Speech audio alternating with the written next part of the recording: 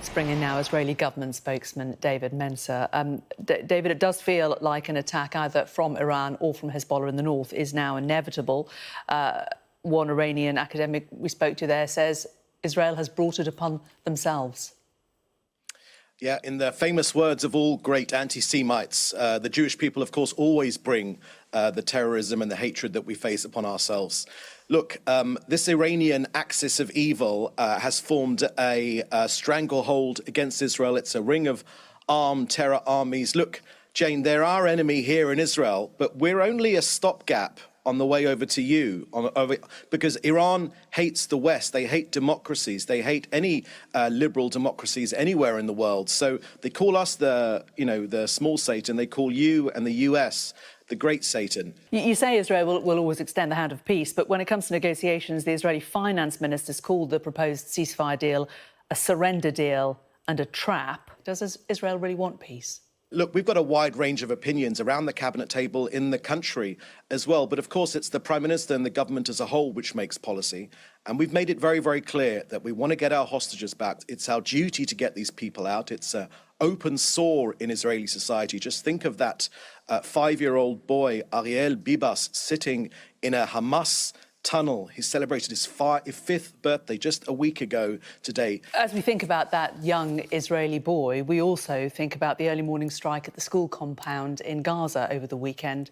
Hundreds of refugees were there, many women and children who had been at morning prayers or dead. Israel estimates 19 militants among the dead. The charity Save the Children say they believe at least 100 dead.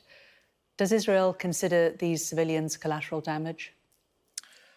Look, first things first, it's no longer a school when Hamas and Islamic Jihad take over a facility. Then it becomes a military site. Now, we'll always try and keep hostages, to keep all civilians out of harm's way. That's a key part of our strategy. But the way that Hamas and Islamic Jihad fight us, they make it inevitable that there are civilian casualties. No matter how hard we try, they make it inevitable. Look, the only the only front of this war which we are losing on, it's not the military front. We're beating Hamas, we're destroying them, we're shattering their battalions. It's the PR battle. We recognize that. And this is precisely what Hamas is after. This is their strategy. They can't beat us on the battlefield, but they think that they can beat us in PR terms. You seem to be dismissing the deaths of 81 people as a PR coup for Hamas. These are mothers, children, these are families, many of whom have been displaced from other parts of Gaza, who wouldn't have anywhere else to go, who very probably had very little choice about where they were able to get shelter, whether or not Hamas were using the same building. So, Jane, firstly, that's quite offensive to say that. My point to you is that we released the photographs of 19 terrorists with blood on their hands, their names, their crimes, the organisation, and we targeted them and we defeated them. We used extremely precise intelligence. Our footage, and we've released this footage, shows very clearly there were no civilians in the area at the time of the blast. Look, we have to wake up. That's not what Save the Children say, though. Right. And they are also there on the ground. We need, the world's a better place without them. We can move on in our battle to try and restore peace. But what about the other 81 is my point. There aren't any 81. That's the truth of the matter. There aren't any. That is not what charities are saying there. Right. So, unfortunately, lots of people like UNRWA, which is also a charity, they actually participated.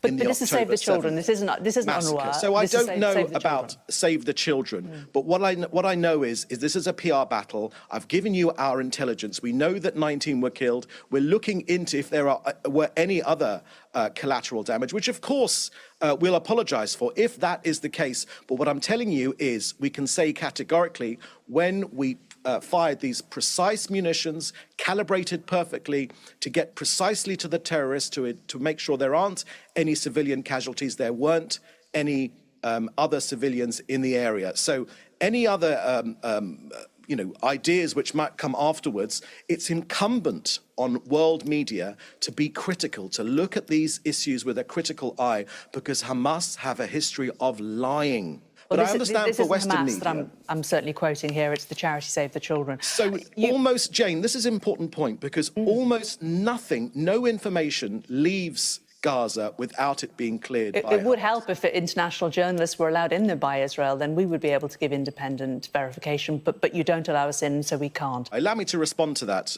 when you make that accusation. This has been one of the most reported conflicts ever. But not freely by the international media. The international media, Sky News, are only allowed in accompanied by Israel on very, very limited trips. It is a very dangerous war zone.